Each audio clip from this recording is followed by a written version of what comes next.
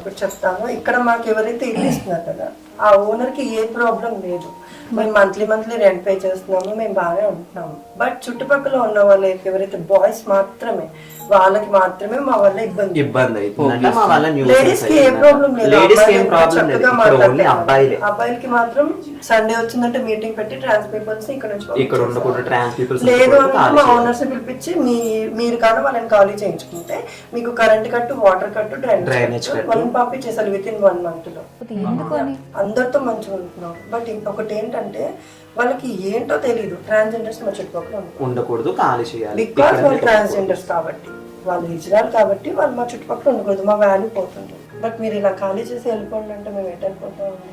అదే ఇప్పుడు నేను ఫస్ట్ లో అడిగిన మాట ఇదే. ఇప్పుడు కొంతమంది ట్రాన్స్జెండర్స్ ఇబ్బంది పెట్టడం వల్ల, కొంతమంది వాళ్ళ బిహేవియర్స్ వల్ల ఇప్పుడు మిగిలిన వాళ్ళందరూ కూడా అంతే అని చెప్పి ఒక జడ్జిమెంటల్ జోన్కి వచ్చేసారు పబ్లిక్. సో వచ్చేయడం వల్ల మన ఇంటి పక్కన ట్రాన్స్జెండర్స్ అంటే అమ్మో మన పిల్లలు కూడా వాళ్ళని చూసి నేర్చుకుంటారేమో, అలా ఎఫెక్ట్ అవుతారేమో, ఇన్ఫ్లుయెన్స్ అవుతారేమో అని వాళ్ళు అలా భయంతో అలా ఆలోచిస్తున్నారు. కానీ అది కరెక్ట్ కాదని నేనైతే నమ్ముతున్నాను. ఎందుకంటే నువ్వు పెంచే బట్టి ఉంటారు నీ పిల్లలు, అంతేగాని నువ్వు ఎవరే ఎగ్జాంపుల్ చూపించాల్సిన అవసరం లేదు ఈ రోజుల్లో.